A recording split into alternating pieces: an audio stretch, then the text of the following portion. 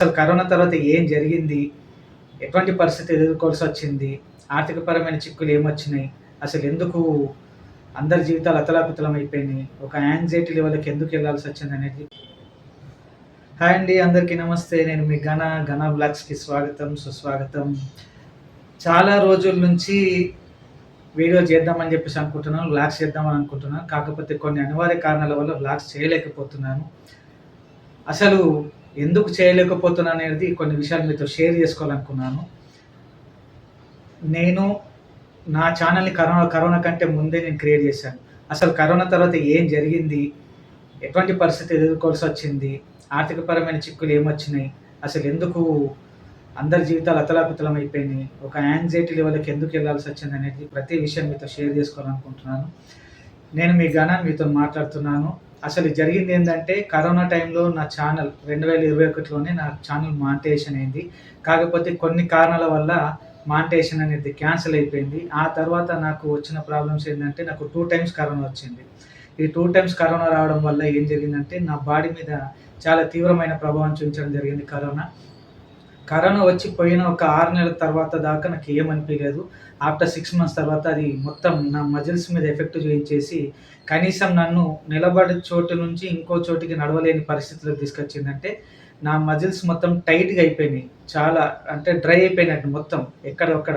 అంటే ఒక మనిషి అంటే ఎగ్జాంపుల్ చెప్పాలంటే పచ్చగా ఉన్న చెట్టు ఎండిపోతే ఎట్లా కట్టెలాగా మారిపోతది. అది ఎంత గాలొచ్చినా ఊగదు చేయదు. అదే పచ్చగా ఉన్న చెట్టయితే గాలికి ఎట్లా అంటే అట్లా ఊగుతది. నా పరిస్థితి కూడా అదే అయింది. కండరాలు మొత్తం పట్టేసుకునేసరికి నడవలేని స్థితి, పడుకునే దగ్గర కదలలేని స్థితి, మొత్తం ఒక రకమైన ఇగ ఏం చెప్పాలి అంటే ప్రత్యక్ష నరకం అనేది చూశాను నేను.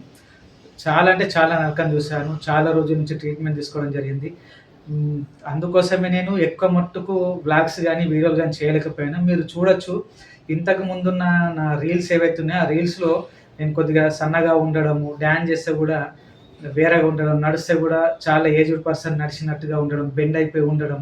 అప్పటికిప్పటికి మీరు చూసుండొచ్చు కొద్దిగా మార్పు కనబడుతుంది నా లోపల. ట్రీట్మెంట్ అనేది 4 సంవత్సరాల నుంచి తీసుకుంటున్నాను. జస్ట్ ఇప్పుడు పర్లేదు బాగుంది. 80% క్యూర్ అయ్యాను. ఇంకొక 20% క్యూర్ కావాలి. ఇప్పుడిప్పుడే నేను వ్లాగ్స్ స్టార్ట్ చేద్దాము, ముందుకెళ్దామని చెప్పి చూస్తున్నాను. ఏ రకమైన వ్లాగ్స్ చేయాలి, ఏందనేది చూస్తున్నాను. ప్రతి వ్లాగ్స్ చేస్తాను మిమ్మల్ని ఎంటర్‌టైన్ చేసేటట్టు ఉంటాయి నా వ్లాగ్స్ అన్నీ. ఖచ్చితంగా మంచి మంచి వీడియోస్‌తో మీ ముందుకొచ్చి మిమ్మల్ని ఎంటర్‌టైన్ చేస్తా ఉంటాను. మీరందరూ నన్ను ఆశీర్వదించి ముందుకు తీసుకెళ్తారని చెప్పేసి కోరుకుంటున్నాను. ప్రతి ఒక్కరి జీవితంలో ఏదో ఒక రోజు ఒక గడ్డు పరిస్థితి అని వస్తుంది. ఈ కరోనా తర్వాత చాలా మందికి చాలా రకాలుగా అంటే నరాల బలహీనత గానీ, కిడ్నీ ఫెయిల్యూర్స్ గానీ, కళ్ళు అనేటివి కనబడకుండా పోవడం గానీ, కొందరు హార్ట్ స్ట్రోక్స్ వచ్చి చనిపోయిన వాళ్ళున్నారు. కొందరు లివర్ డ్యామేజ్ అయింది. కొందరికి క్యాన్సర్స్ ఎఫెక్ట్ అయినాయి. కొందరికేందంటే డైజెస్టివ్ సిస్టమ్ పాడైపోయింది. ఇట్లా చాలా రకాల బాధలు పడుతూ చాలా కాలంగా కొన్ని సంవత్సరాల పాటు ఇట్లాంటి అనారోగ్యాలకు బారిన పడి చాలామంది చాలా రకాలుగా ఇబ్బంది పడుతున్నారు. నేను కూడా కొన్ని సందర్భాల్లో ఏందంటే నాకు కరోనా వచ్చిపోయిన తర్వాత ఇది రావడమే గాకుండా అంటే నా మజిల్స్ మొత్తం టైట్ అవ్వడమే గాకుండా నా చుట్టూ ఉన్న నాతో పాటు చిన్నప్పటి నుంచి ఆడుకొని పెరిగిన నా ఫ్రెండ్స్ గూడా కొందరు చనిపోయేసరికి ఆ డిప్రెషన్‌లోకెళ్ళిపోవడం జరిగింది. అలాగే కొన్ని అనుకోని ఆలోచనలు రావడం, యాంగ్జైటీ, ఒక రకమైన ఫోబియా, నేను బయటకు పోతే నాకేమైతదో, చాలామందికి కార్డియాక్ అరెస్ట్ వచ్చింది. ఆ రకంగా చనిపోయారు. నేను బయటకెళ్తే నాకు అట్లాంటిదేమన్నా జరుగుతదా? నేనేమన్నా ఆ రకంగా ఇదైపోతానా? నా పరిస్థితి ఏ రకంగా ఉంటది? చాలామంది ఇదైపోయారు. కొందరికి లంగ్స్ ఎఫెక్ట్ అయ్యి చాలామంది చనిపోతున్నారు.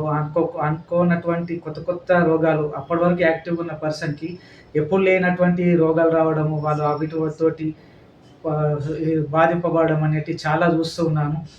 నేను కూడా కొన్ని రకమైన ఫోబియా తోటి బయటకెళ్ళడానికి బాగా ఇబ్బంది పడ్డాను. మా వాళ్ళే నన్ను "ఏమి గాదు నువ్వెళ్ళు బయటకెళ్ళు. కష్టమో, నష్టమో నువ్వెళ్ళు. ఎప్పుడు భయపడుకుంటూ ఇంట్లో ఉంటే భయంతోనే ఉంటావు. అసలు భయపడకు. ఏం జరిగినా చుట్టూ నలుగురుంటారు. ఎక్కడ నువ్వు పడిపోయినా గానీ నలుగురు మాకు ఇంటిమేట్ చేస్తా ఉంటారు. నువ్వు టెన్షన్ తీసుకోకు. ఎప్పుడైతే మనం భయపడతామో అప్పుడే ఆ రోగం మనల్ని మొత్తం తినేస్తది. నువ్వు కొద్దిగా ధైర్యం చేసి బయటకెళ్ళినావనుకో నువ్వే సెట్ అయితావు, బాగుపడతావు, బాగుంటావు. నీ ఆరోగ్యం బావుంటేనే నువ్వు బాగుంటే మేము బాగున్నట్టే" అని జెప్పేసి నా భార్య చాలా సంవత్సరాలుగా పాపం తాను స్ట్రగుల్ అయితూ ఈరోజు ఈ స్థాయిలో ఉండి నేను ఈ రకంగా మీ ముందుకొచ్చి మాట్లాడుతున్నా, రేపు వ్లాగ్స్ చేయబోతున్నా అంటే కారణం తనే. లేకపోతే నా పరిస్థితి గూడా అందరిలాగా ఉంటుండే కావచ్చు. దేవుడి దయ వల్ల నాకు ఈ ఒక్క డిసీజ్ ఇచ్చి నన్ను ప్రాణంతో ఉంచిండు. మా వాళ్ళంటారు ఎవరికైనా గాని అంతే. మనిషికి ఏ రోగం వచ్చి మూలకు పడ్డా గాని ఒక మనిషి ఉన్నాడంటే ఆ ధైర్యం వేరే ఉంటది.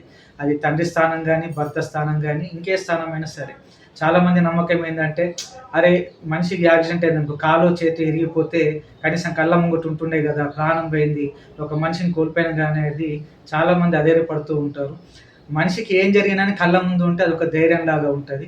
ఇప్పుడు మా వాళ్ళు గూడా అదే ధైర్యంతోనున్నారు. ఆ ధైర్యాన్ని వాళ్ళిచ్చిన ధైర్యాన్ని నేను క్రోడీకరించుకొని మీ ముందుకొస్తున్నాను. త్వరలోనే మంచి మంచి వ్లాగ్స్ చేయాలనుకుంటున్నాను. వ్లాగ్స్ చేస్తాను. దయచేసి మీరందరూ నా ఛానెల్‌ని సబ్స్క్రైబ్ చేసుకొని నన్ను ముందుకు నడుపుతారని చెప్పేసి కోరుకుంటున్నాను. ఏం లేదు బ్రదర్, అందరము ఆర్థికంగా చితికిపోయిన వాళ్ళమే.